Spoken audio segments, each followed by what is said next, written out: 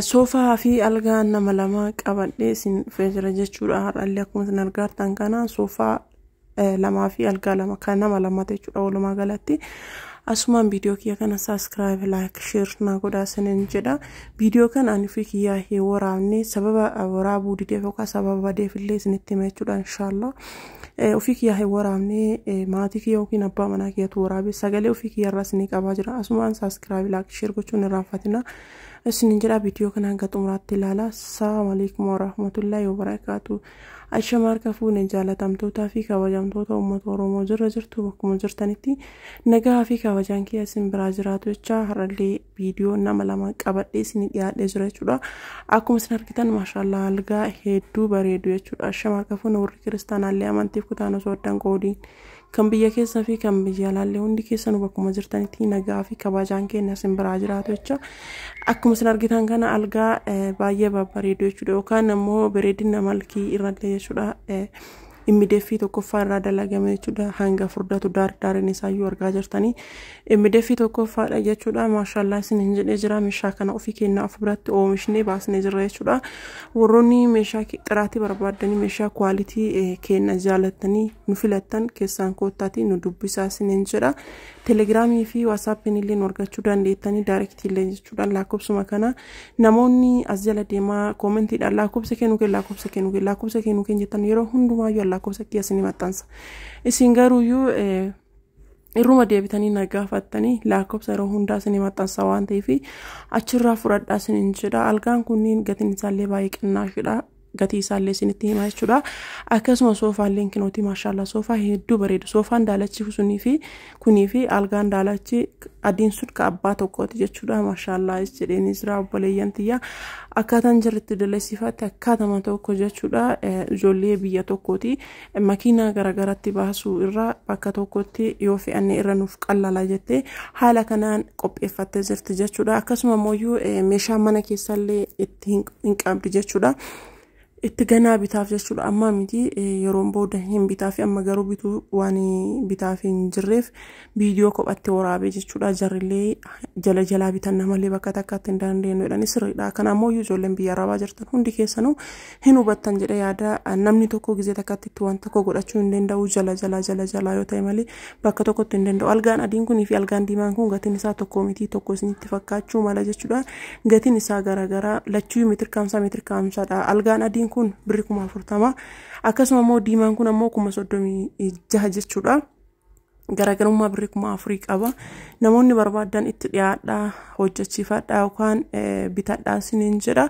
Ofii keenyaa dalagsisnee baasnee lachuu komodiinoo lama qaba jechuudha. Meetira 150 meetira 150 jechuudha. Garaagarummaan birrii kanaa maali yoo jettanii garaagarummaa qaba jechuudha. Algaan kunniin akkanatti duwwaa isaatiin miti jechuudha. Chubbudii garaa keessaa qaba, sibiila qaba, komodiinoo lama qaba jechuudha. Komodiinoo bootaan kaa'uun hin mijanne waan ta'eef bootaan saffii miti. Sababa saniif jechuudha namoonni barbaadan itti dhiyaadhaa hojjechiifadhaa isiniin jedha. Kinooti komodiinoon tokko balbala lama ammoo kiisidha jechuudha. Akkuma isin argartan kana kinooti komodiinoon tokkochi balbala qulfii ofirraa qaba jechuudha. Qulfii qaba namoonni barbaadanii bitadhaa isiniin jedha. Qalamii illee garaan isaa keessillee qalamiidha. Akkuma isin argitan kana kun ammoo kiisidha jechuudha. Argitanii qulfii qaba jechuudha. Qulfii qaba wantuma kamiinuu yoo barbaadanii qulfii ofirraa qaba jechuudha. Algaan adiin kun baay'ee bareeddi jechuudha. Maashaallah gatiin isaa 40 kun ammoo 36 isiniin jedhee jira. Garaagarummaa biraa baay'ee akkasii hin qabu. Komodiinoo lama qaba innillee itti aansee soofaa kana jechuudha. Soofaan kun haadha algaa adii saniiti jechuudha. Gatiin isaa birri 40 gatiin isaa baay'ee qinnaashii rakasa yookaan kata jechuudha. Soofaan kun nama 7 teessisa jechuudha. Buleellee nama 7 teessisa kunillee nama 7 teessisa. Isiin kararii isii adii waan ta'eef ka algaa sanii kireemii yookaan bifa biraatiin kireemii waan ta'eef akkasuma soofaallee kana filatteerti. Soofaan lachuuyyuu tokkomaan nama 7 teessisa jechuudha. Namoonni meeshaalee akkanaa kana barbaadan itti dhiyaadhaa koottaa isiniif dalaynaa lakkoofsa bilbilaa keessaa na dubbisaa isiniin jedha. Maashaallah gatiin isaa qinnaashidha waan ta'eef gatiin isaa rakasa waan ta'eef soofaan nama 7 teessisu 40 isiniin jedhan isiniyyuu isin ajaa'ibuu hin oolu jedhee yaada waan ta'eef itti dhiyaadhaa isiniin jedha. Kana qofa miti akkasuma gatii isaa ka dabalullee yoo barbaadan hin jira gatii isaa ka qannasullee akkasuma jira jechuudha. namoonni barbaadan soofaa kana hojjechiifadhaa isiniin jedha obboleettiin teenna haala kanaan dilaysiiftee jirti ittaansee haadha algaa diimaa kanaati jechuudha haadha algaa diimaa kana algaan 36 isiniin jira ittaansee soofaa asiillee isinitti mul'isa jechuudha akka isiniin irraanfanne waan isinii galuu qabu lachuu komodiinoo lama qaba tokko biraa komodiinoon dhabameef komodiinoo hin qabu isinitti hin fakkaatini soofaan haadha algaa diimaa kana kinooti soofaa bulee kana jechuudha maashaallah bulee bifa sontaana bifa margaatii fi akkasuma bifa kan of keessaa qaba jechuudha bifa israasii kan of keessaa qaba jechuudha soofaanis namoonni barbaadan isallee dalaysiifadhaa isin jedha gatiin isaa tokkoma lachuuyyuu 40 jechuudha soofaan kunniin walumaa galatti algaa fi soofaa namni dalaysiifate birri 80 jechuudha argitanii meeshaa saaloonaa fi meeshaa mana algaa guutuullee yoo barbaadanii gatii isiniif astaayiti isinii goone isiniif dalayna isiniin jedha namoonni barbaadan koottaa keessaan dubbisa meeshaa fannichara waan ofii kenna dalaginuuf jecha homata akka koomishinii isinirraa yookaan waan dadhabbii isinirraa hin fudhannu tiraanspoortii keessan qofa kaffalattanii tiraanspoortii keessan qofa kaffalattanii akkasuma meeshaa gatii meeshaa qofa kaffalattanii haala gaariidhaan isinii dalayne bakka isin barbaadan isiniif geessuu ni dandeenya isiniin jedha wanti nu isinirraa argannu tokkollee hin jiru kaffalattan gatii meeshaa keessaniitii fi gatii fe'aa qofa jechuudha namni barbaadan koottaa keessan dubbisaa isiniin jedha lakkoofsa bilbilaa kiyyaa xumurarra isinii kaaya soofaan isii kinoo kana soofaan kun nama 7 teessisaa beektiraasiin isaa takka 2 3 4 5 jaha jechuudha argitanii beektiraasiin isaa beektiraasii jaha ofirraa qaba nama 7 teessisa namni barbaadan koottaatiitti dhiyaadhaa isiniin jedha soofaa hedduu bareedu jechuudha bifti isaallee bifa qoshooshuu miti bifa baay'ee bareedaati bifa ammoo bifa barbaadan bifuma hajamtan bifuma qalbiin keessan isin fedheen koottaa isin dalaynaa isiniin jedha akkana fakkaata maashaallah jedhee jira jalli isaa muka namni barbaadani dalaysiifadhaa isiniin jedha soofaa kanneen namni majlisni gatiin isaa isin jalaa ol ka'ee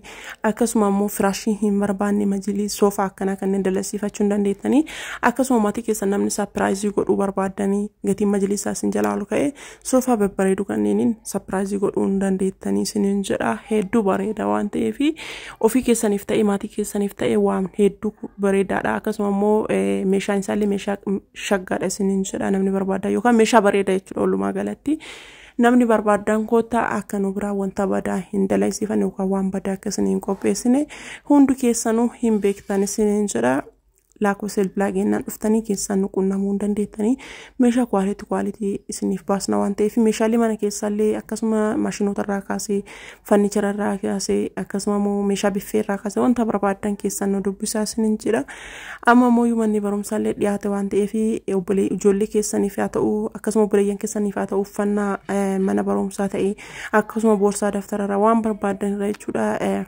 yoo dhuftanii keessan dubbistanii isiniif qopheessuu hin dandeenya isiniin jedha viidiyoon kiyyarraa akkana fakkaata lakkoofsa bilbilaa warri jettan mata dura irratti illee hin kaaya akkasuma xumura irratti illee hin kaaya duwwaa 972 duwwaa 2519 irratti heelooytan gamanumaan argachuu dandeettan jechuudha meeshaaleen kennarra akkuma isin argitan kana jira jechuudha maashaallah meeshaan nama lamaati isiniin jedhee jira namoonni bitattanii kiraayii kaachuu barbaadanii hin dandeettan isiniin jedha nama lamaan illee walitti yoo barbaadan kophaa keessanitti illee yoo barbaadanii kiraayii kaachuu dandeettanii keessan na dubbisaa isiniin jedha akkasuma irraa eegamu keessan na dubbisuu qofa akkasuma meeshaalee akkanaa kanneen meeshaa babbareedaa kanneen illee yoo barbaadanii isiniif dalaynaa walumaa duraa duubaan ajajadhaa isiniin jedha tartiibaanii warri meeshaan keessan isiniin baay'ina obsannaa eeggadha viidiyoon kiyyarraa akkana fakkaata hanga viidiyoo biraatti walitti deebinutti nagaatti horaa bulaa asumaan viidiyoo kiyya kana saabskiraayib laayik sheer gochuun irraa faatinaa isiniin jedha viidiyoo kana akkuma seentaniin jechuudha osoo viidiyoo kana hin ilaalini